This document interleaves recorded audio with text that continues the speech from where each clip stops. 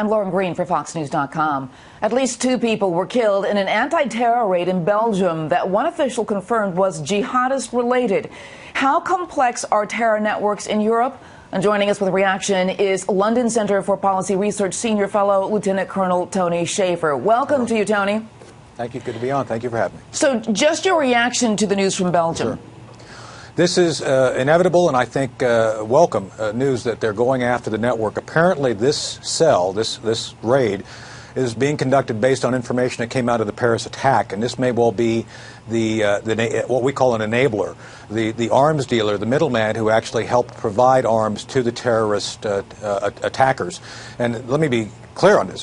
These were AK-47s, assault rifles, plus rocket-propelled grenades, RPGs. So this is important, and to answer your introductory question, how complex are networks? Well, they're as complicated as we allow them to get.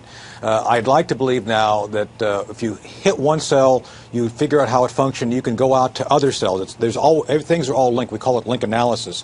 So I'd like to believe this information, we'll find out eventually, may well have come out of basically doing forensics evaluation of the Paris attack, and now we're going back to walk back and take out the cell which supported the Paris attacks.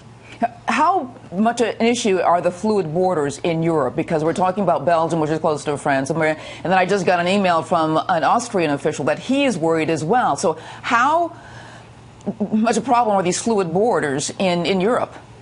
Because of the European Union wishing to become much more open, essentially if you're a member of one of the EU countries, you can move with impunity between the EU countries. It's not much more difficult than going, say, from Texas to Oklahoma at this point, most of the European nations. So when you're on a train going somewhere, when you're in a car, it's much more easy to go across these borders. So at this point in time, I think you have to understand that if you get it into the EU in some place, it can go anywhere in the EU very rapidly.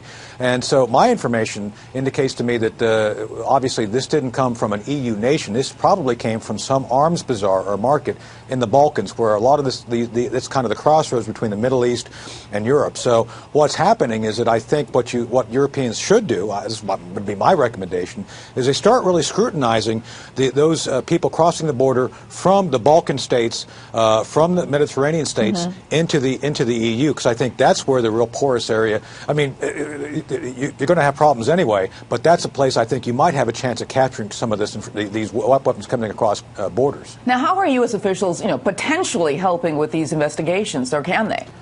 Well, that's a matter of policy. If I were President Obama, I would have the FBI sitting side saddle with MI5 and with Interpol. I mean, one for one as best you can.